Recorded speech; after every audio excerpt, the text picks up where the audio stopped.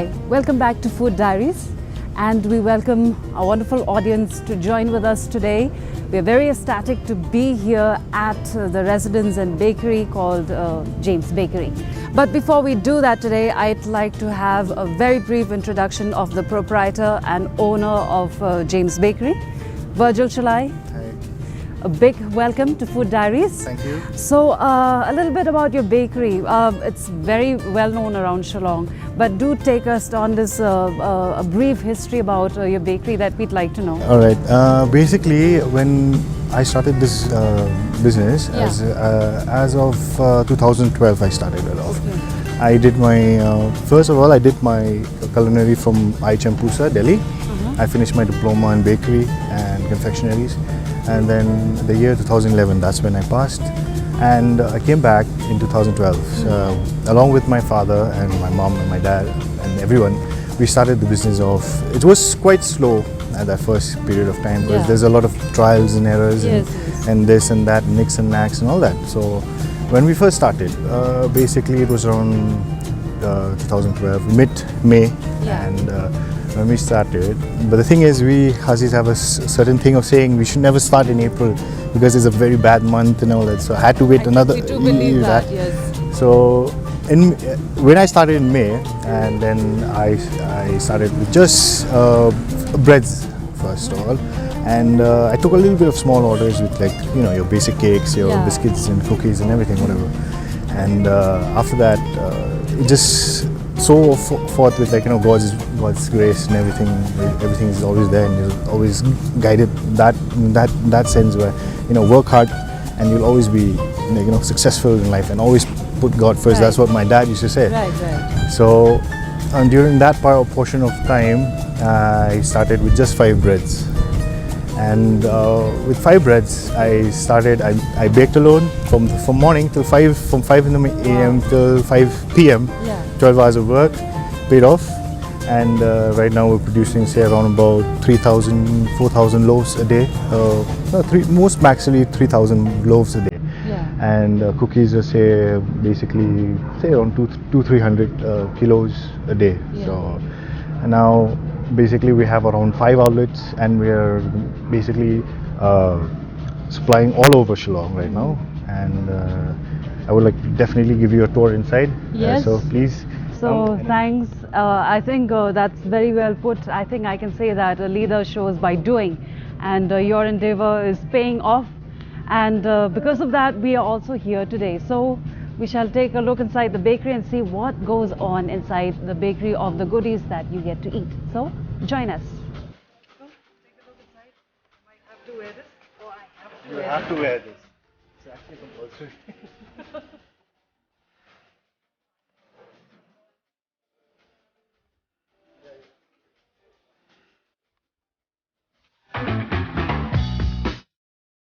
And we are now inside the factory of James Bakery, which is abuzz with activity.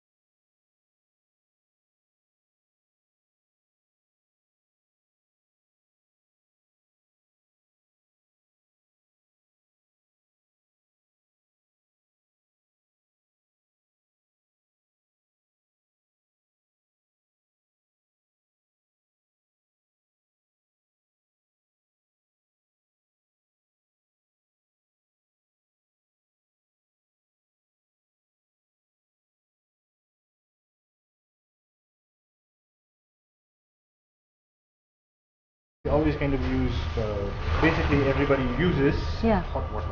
Okay. Hot lukewarm water. Lukewarm. Right? Right. Because if you add too much of hot water, so the yeast dies off, so you're killing it. As we like to say bakers, we like to say we murder it. Yeah. Basically, what we need to do is just for it to come alive, what we do is add a little bit of lukewarm water, let it sit for a while, let it, the fermentation starts with that, then we start pouring into the dough mixture. I think so. This is an amazing quantity. So for this, how many loaves of bread do you get out of? For this, we will be getting about 320. Wow. In one shot. Okay. And so how long? So this, what do you call this particular machine? We call it a spiral mixer. Okay. This is a 1 quintal spiral mixer. All right. And from here we will start. Once we start. Down. We just push of a button. Okay. During our olden days, that is our shortening for the softness.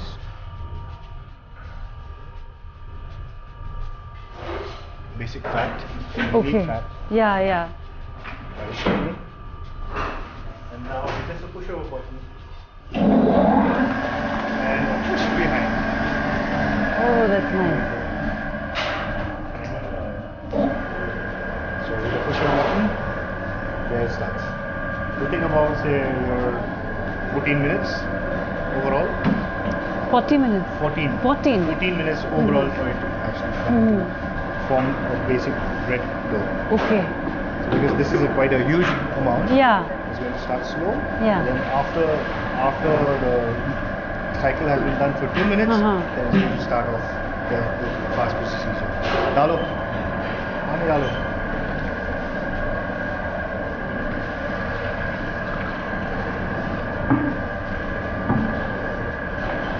Since this is like a commercial use. So, but once if you actually doing it, say basically for your artisan breads, the best for that is to always make by hand. Yeah. The best breads are always made by hand, because when you make it by hand, that means you're giving a lot of love to it. There's a lot of love put into it, you know. Obviously, it's done, you know, with your own hands. So, like when you cook, Yeah, they definitely. say anything that comes out of your hand, if it's put with love, then the food tastes good. And even here, you always have to have to be in a good mood, because sometimes your mood also reflects in your food as well. You know? Exactly, I agree.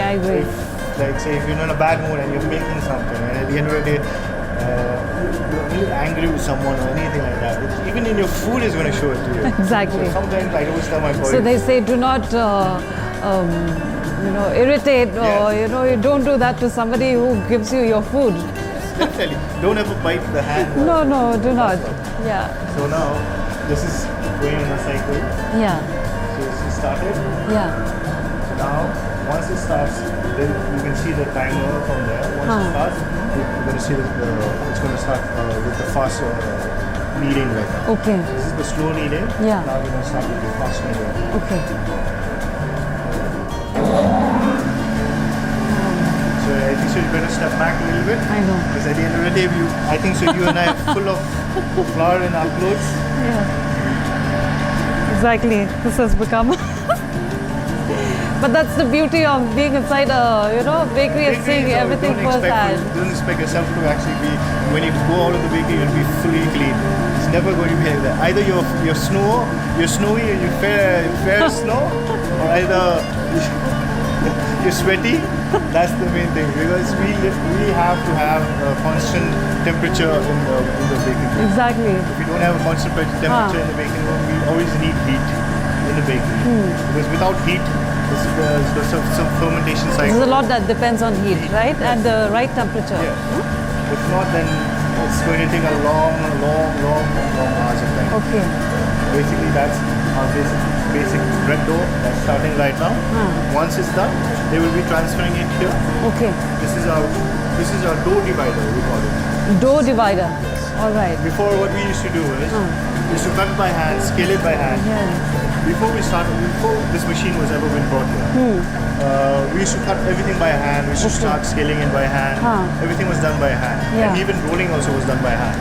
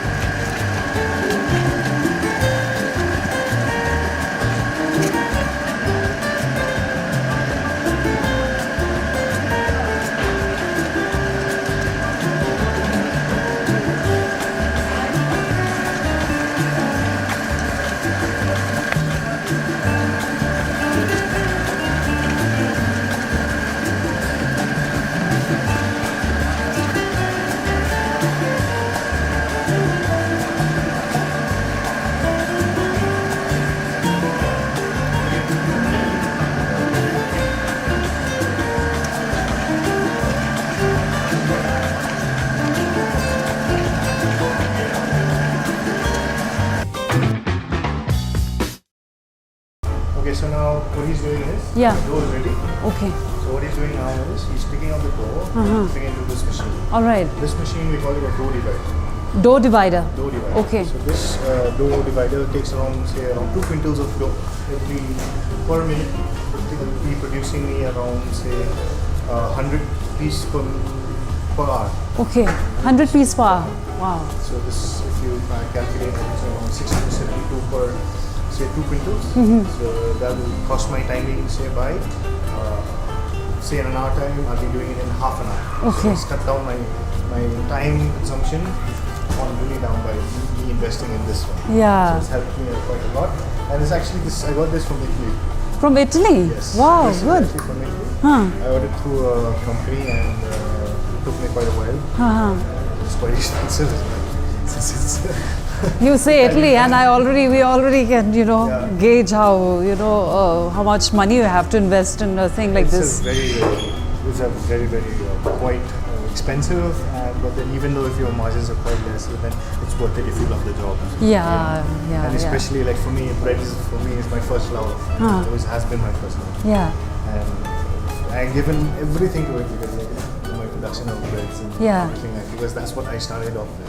So my main love for me is basically my bread, and then comes my cookies, then comes my puffs and everything. After that, my first main priority has always been my bread, apart from my wife.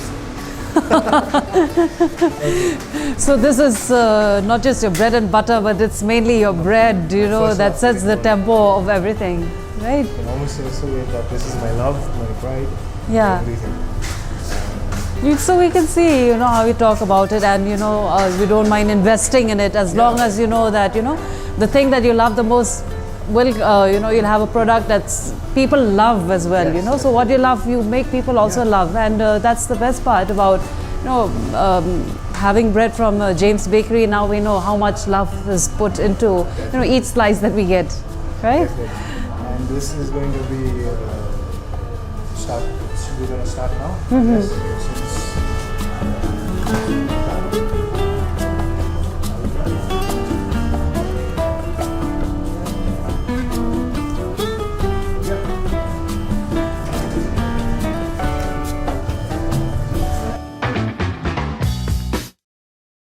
since since we've done the transferring here, now you can see that this divider cuts the bread in say 500 grams. And it's automatically cutting through that distance. Okay, all right.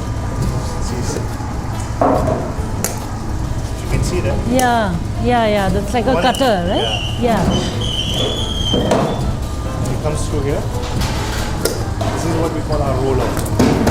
So this what rolls the dough, and it comes out. Yeah. Comes here. Oh. And that goes in the oven. This goes into the dices that we have. Yeah. When we're done with our dices, we go to our racks, our bread racks. And then we're going to set it down for just fermentation for at least 45 minutes. Okay. And then we're going to bake it in the oven.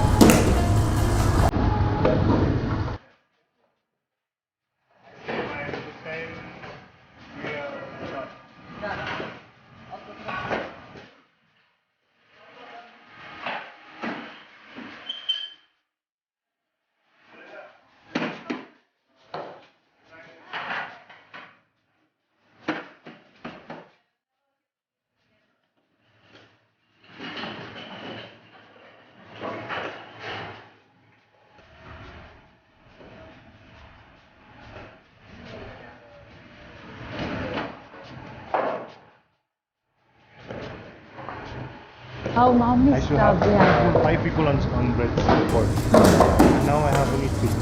Because you don't really I need don't now. really Yeah. So the labor cost also has been cut down. Yeah. So basically that's the main thing, for machines. Yeah. So the labor cost, everything. Labor, time. It's better for us if we actually have our own aprons. I think so, because you know what? We are inside a factory with a lot of baking going on, and it would be inappropriate to be walking around like that, since we don't want to come out prim and proper, because this is a time to get our hands messy. This is what we call a fermentation process. So here's what, as Virgil has said, is where the fermentation process goes on, and then. So what we're doing is we're waiting for it to rise. Okay. What actually happens in the fermentation. All right. I'll show you now what the fermentation process looks like. Yeah. So this is one of our earlier batches that we've made. So this is our bread. If you can feel it. Oh You yes. can feel if you press it too hard, it's going to go down, and then it's going to Yeah. take another circle of time to Yeah. for it to come up again. This is our first one.